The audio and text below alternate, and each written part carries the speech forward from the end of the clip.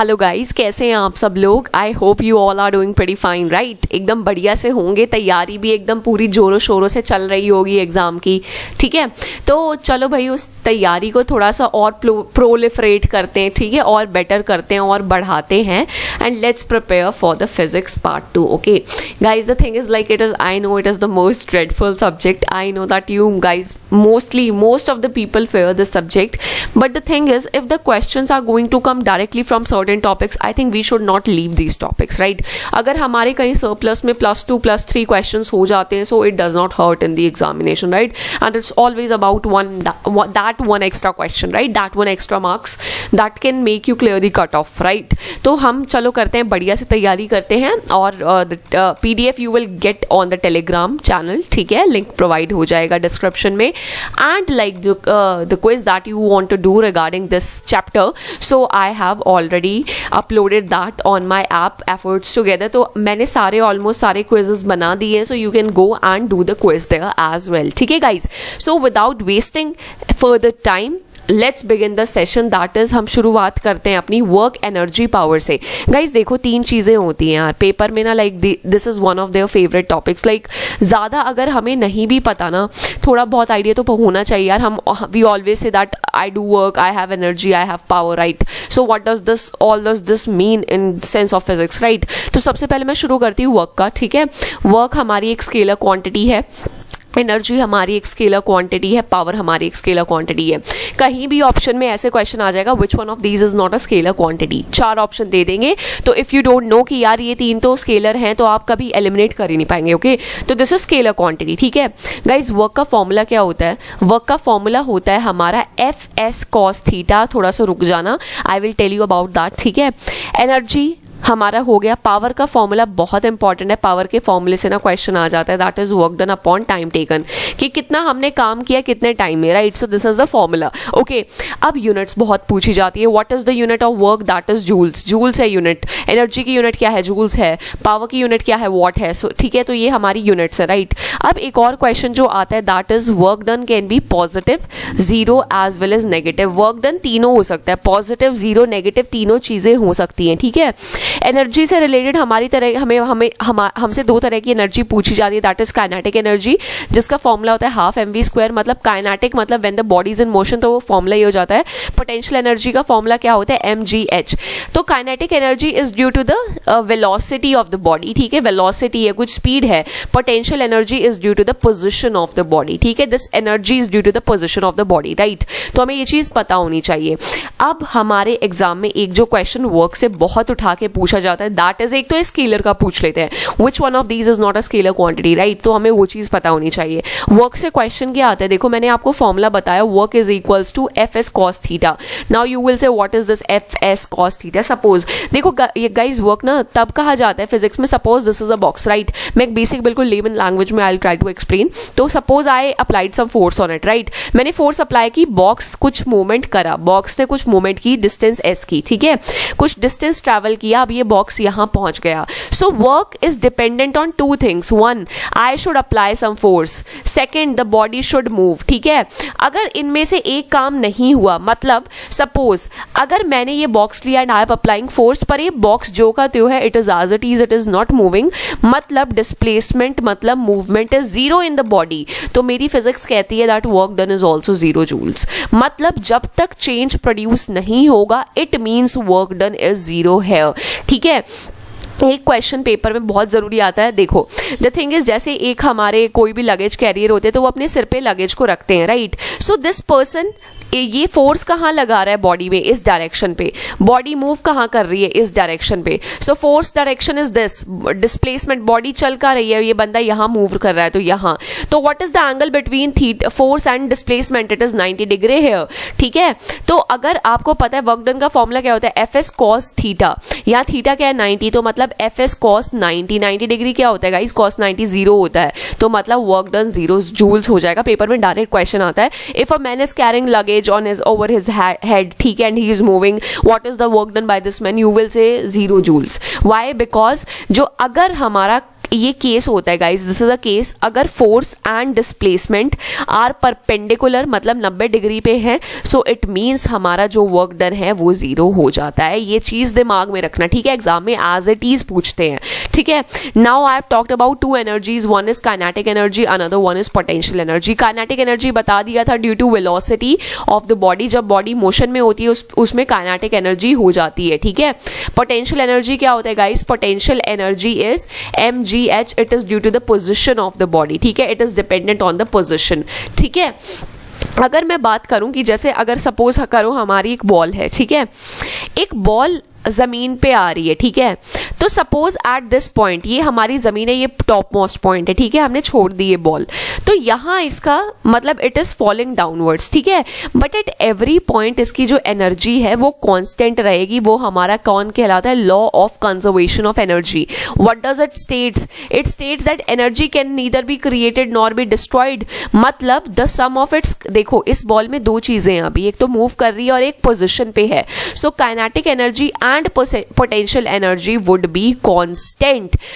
But होगा क्या, जब ये नीचे आ रही है ना तो इसकी पोटेंशियल एनर्जी तो डिक्रीज कर रही है and kinetic energy is increasing. So when a ball fall downwards, ठीक है, when a ball fall downwards, paper में डायरेक्ट ये स्टेटमेंट आता है गाइस।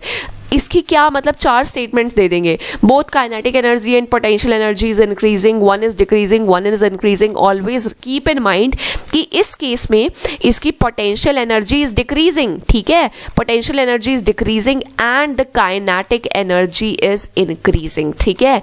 ये स्टेटमेंट याद रखना है, पेपर में एज इट इज पूछी जाती है एग्जाम के टाइम पे, तो these things are very important, right. अब मैं बात करती हूँ गाइज वेव्स की। वेव्स का like if they are in a mood, ये आपको दो क्वेश्चंस तो यहाँ से दे ही देंगे, ठीक है, वेव से। तो हमें वेव्स जैसा जो इतना इंपॉर्टेंट सेक्शन है उसे हमें मेरे अकॉर्डिंग तो छोड़ना नहीं चाहिए। बाकी I don't know like if you feel like कि क्या ज़रूरत है, क्या पता कहाँ से आए, तो मैं ज़रूर ढंग से करके जाती थी वेव्स को, बिकॉज इसमें से क्वेश्चन बनता है।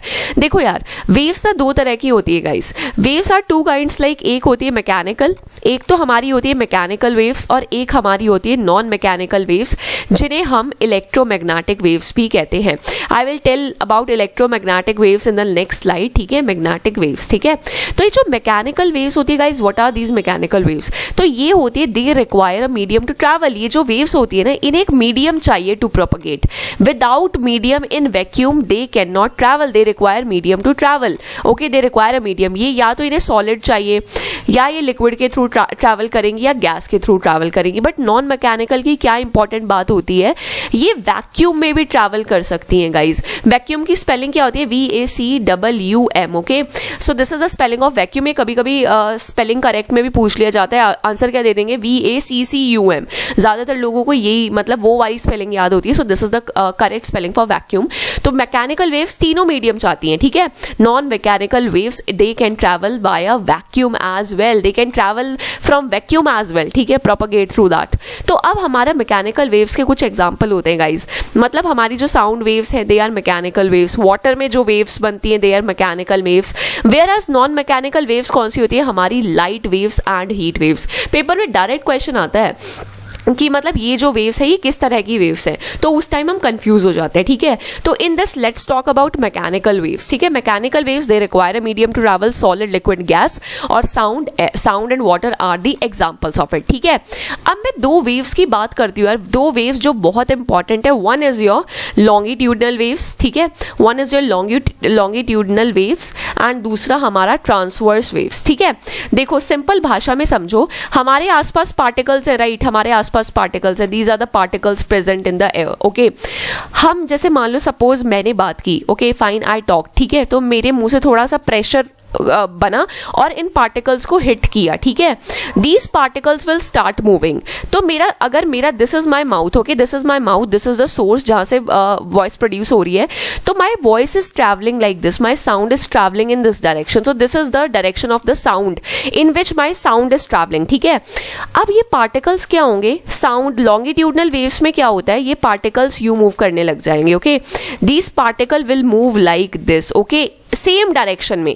So the movement of particles is also in the similar direction. So what are longitudinal waves? Longitudinal waves are those waves in which particles and the direction of sound, direction of propagation of sound are similar.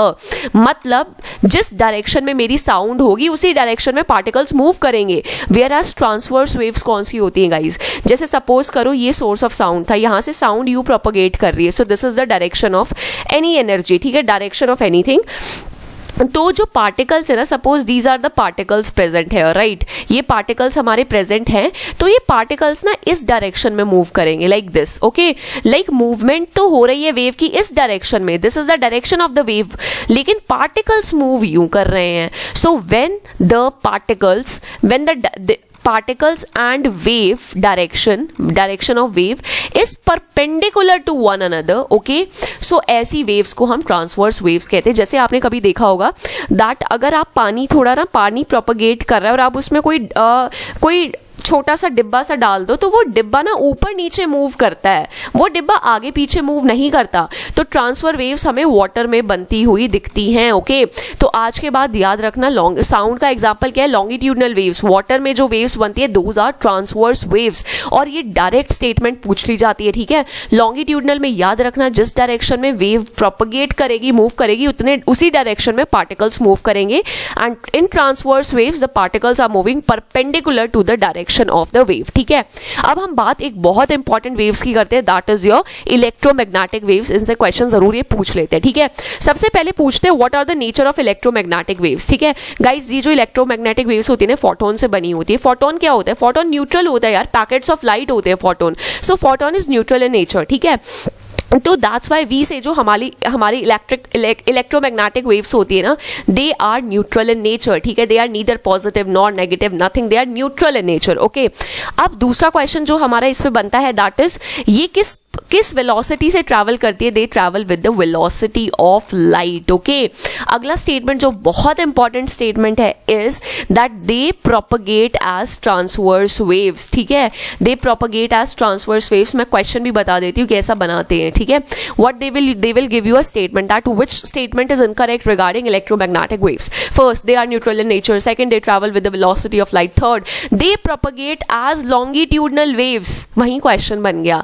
ये जो statement है ना guys, ये बहुत important है. Okay, मतलब and this wave it contains energy and momentum both. ठीक है, तो ये चीज हमें पता होनी चाहिए. बट क्वेश्चन मेजरली इस स्टेटमेंट से बनता है that they propagate as transverse waves. ठीक है, अब कुछ जो इलेक्ट्रोमैग्नेटिक वेव्स जो हमें पता होनी चाहिए और जो एग्जाम में पेपर किस तरह का आता है, क्वेश्चन किस तरह का आता है, वो हमें पता होना चाहिए. देखो गाइज, ये हमारा गामा है, x, UV, infrared and radio waves. ठीक है, तो ये हमारी रेडियो वेव्स हो गई. ठीक है, तो ये हमारी होगी गामा वेव्स है हमारी. ये हमारी एक्स वेव्स होगी, एक्सरे आपको पता ही होगा.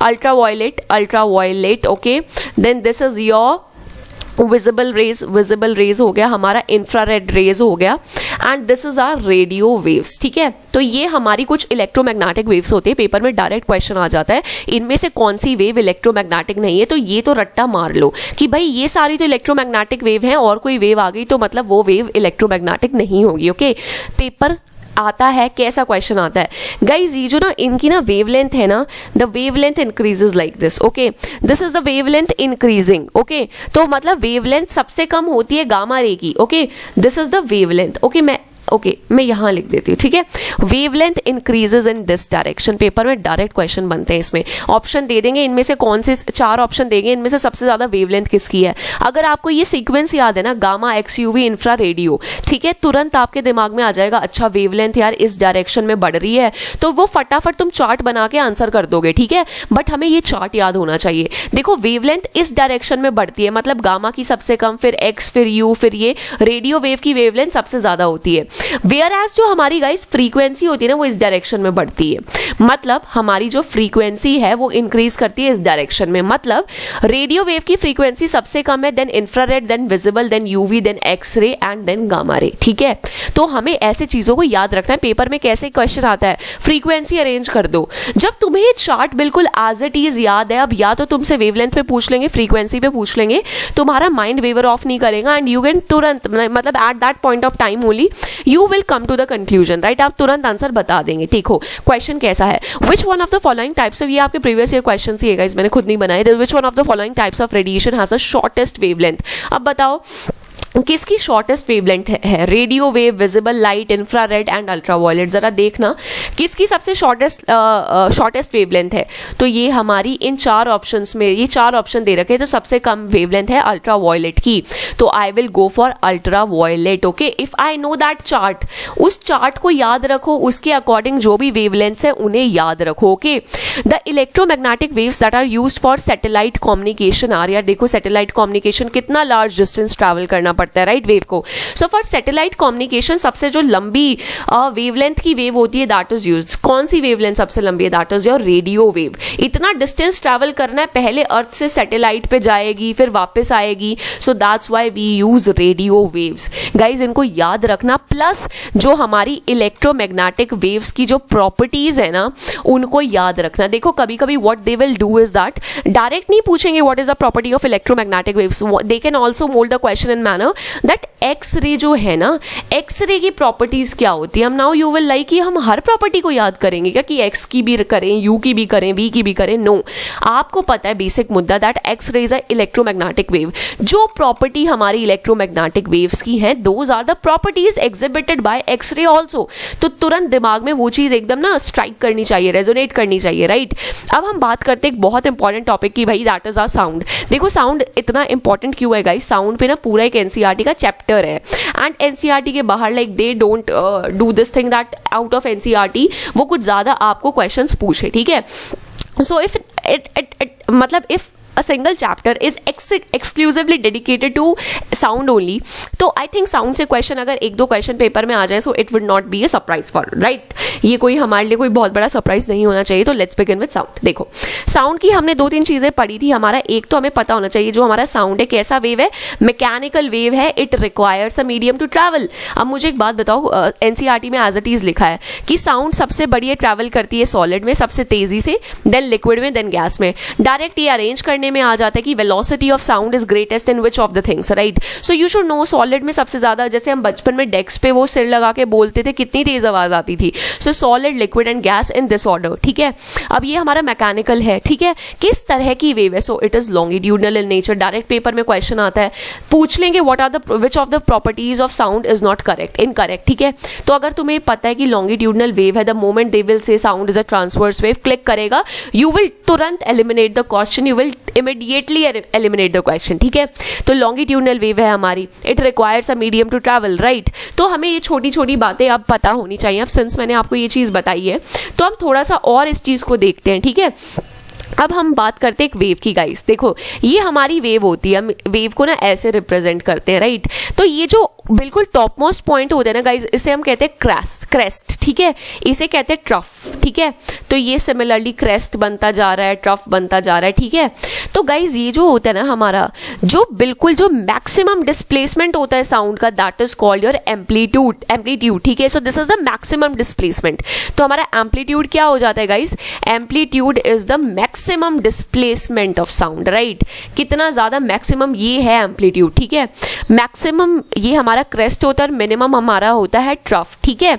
अब पेपर में क्वेश्चन आता है what is wavelength. Guys wavelength पता है क्या होता है? It is the distance between 2 consecutive crest या 2 कॉन्जिक्यूटिव ट्रफ। मतलब 2 कॉन्जिक्यूटिव क्रेस्ट के बीच का डिस्टेंस या 2 कॉन्जिक्यूटिव ट्रफ के बीच का distance is your wavelength. So distance between 2 consecutive crest and 2 consecutive troughs, ठीक है?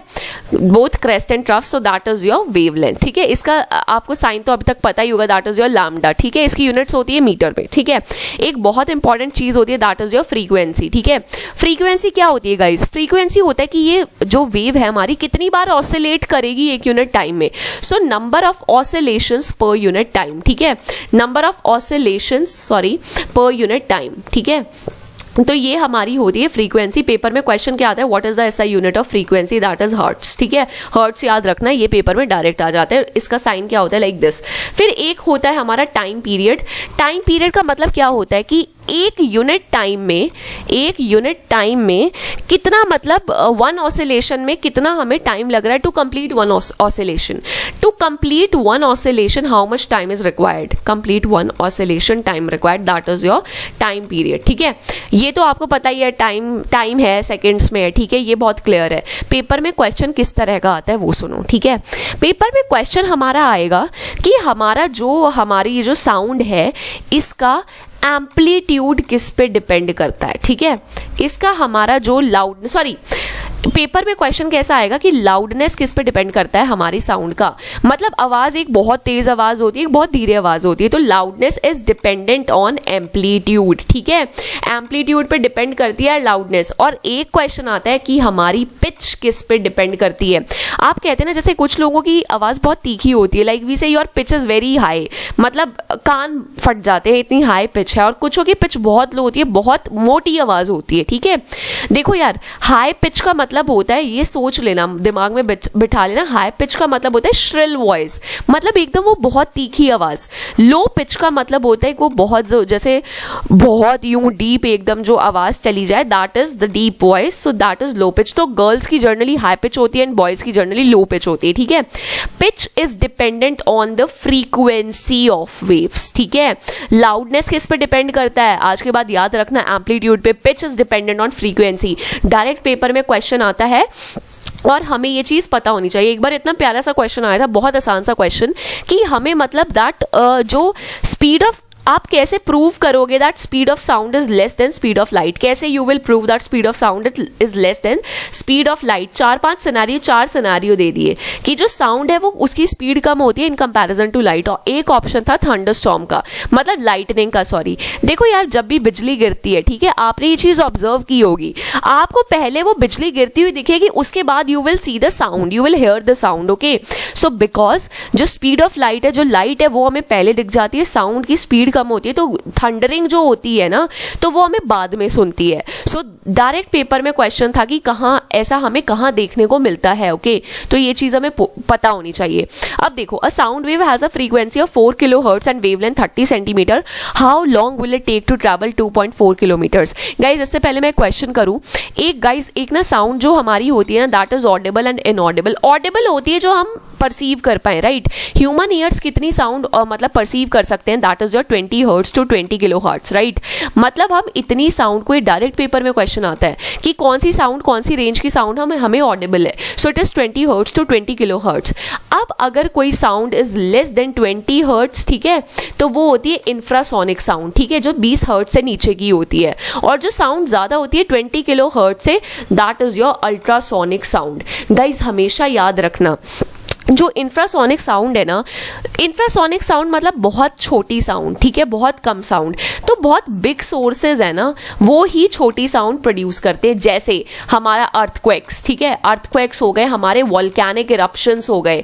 तो जब ये अर्थक्वेक होने वाला होता है, वॉल्केनिक इरप्शन होने वाला होता है, तो इतना बड़ी चीज एक बहुत छोटी सी साउंड प्रोड्यूस करती है. So the big sources they produce infrasonic sound, whereas ultrasonic, जो बहुत ज्यादा तेज आवाज होती है, that is produced by small sources. ठीक है, जैसे हमारा बैट हो गया, bat uses it, dolphins uses it. ठीक है, छोटे छोटे प्यारे प्यारे जानवर, they emit ultrasonic waves, whereas जो बड़े, जो काफी मैमथ जो इंसिडेंट्स होते, दे प्रोड्यूस इंफ्रासोनिक वेव्स. ठीक है, पेपर में डायरेक्ट क्वेश्चन आता है कि अर्थक्वेक किस तरह की वेव्स प्रोड्यूस करते हैं, इंफ्रासोनिक, अल्ट्रासोनिक, व्हाट्सोएवर. तो याद रखो, ठीक है, कोई बहुत बड़ी चीज होगी ना, बहुत बड़ा सोर्स होगा, तो हमेशा इंफ्रासोनिक ही वेव प्रोड्यूस करेगा, वेयर एज छोटी चीज वो ज्यादा अल्ट्रासोनिक वेव्स प्रोड्यूस करेगी. ठीक है गाइज, और इससे पहले आप अब जैसे, चलो पहले क्वेश्चन ही मैं बता देती हूँ. Sound wave has frequency of 4 kilo hertz and wavelength 30 centimetre. How long will it take to travel 2.4 kilometres? ठीक है, देखो एक छोटी सी बात होती है, छोटा सा formula, distance is equals to speed into time,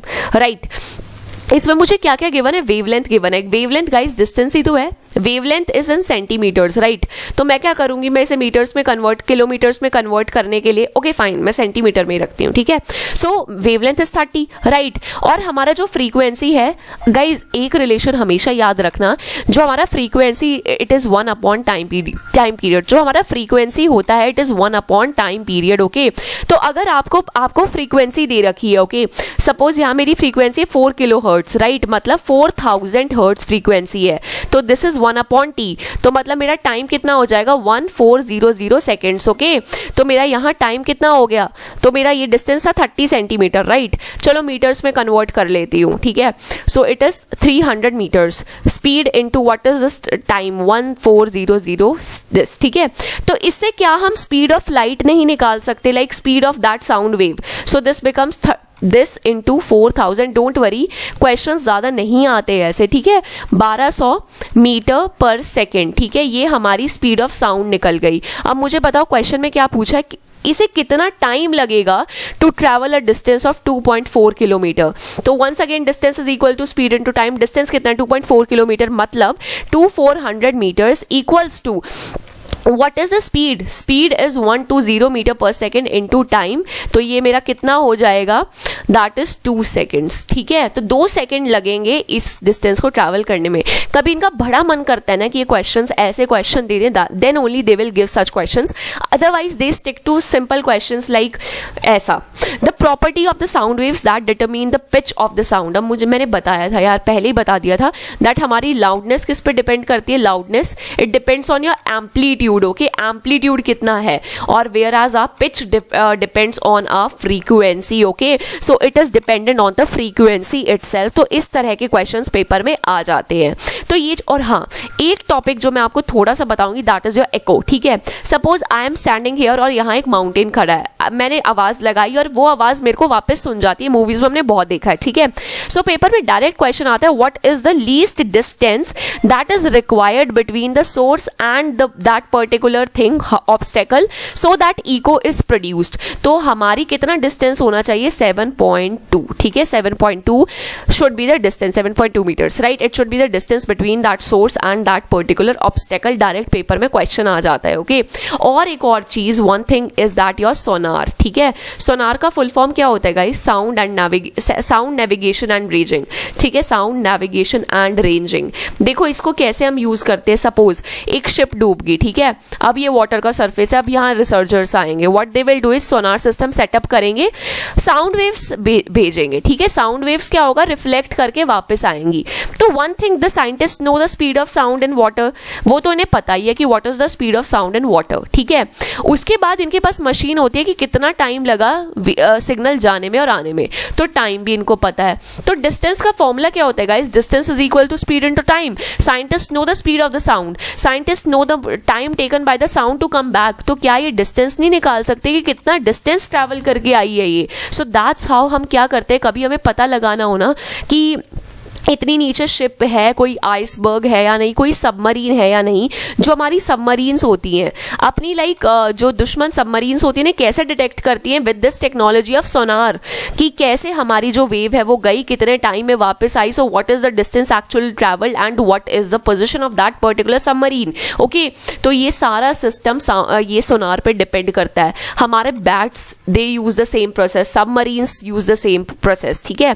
तो ये छोटी आइसबर्ग्स, हम आइसबर्ग्स को डिटेक्ट करते कि कहीं कोई बर्फ का टुकड़ा तो नहीं पड़ा हुआ, तो that's how we have to do the questions. ये क्वेश्चंस बिल्कुल एज इट इज पेपर में पूछे जाते हैं, they don't too much like, वो बहुत ज्यादा इनमें रिशफलिंग नहीं करते हैं, okay. So don't be scared of that. So guys अब ये मैं बस एक फाइनल बात आपको बता दूं, so that just you can go and study. हमारा AFCAT 2 का course already have been started, ठीक है, तो इट हैज बीन बिगन। तो guys if you want to prepare with us, since like AFCAT 1 2022 result has already been declared, so I think most of you would be in the mood or like have made up their mind to study for AFCAT 2.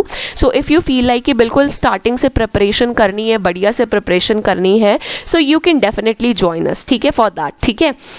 So guys thank you so much. मैं क्या करें, मैं PDF provide कर दूंगी, right, Telegram में, okay, Telegram में I will provide you the PDF as well as, अगर if you want to attempt the quiz, go to our app efforts together, the link will be provided in the description and बढ़िया से पढ़ो, ठीक है। PDF में अभी share करती हूँ। Thank you so much guys.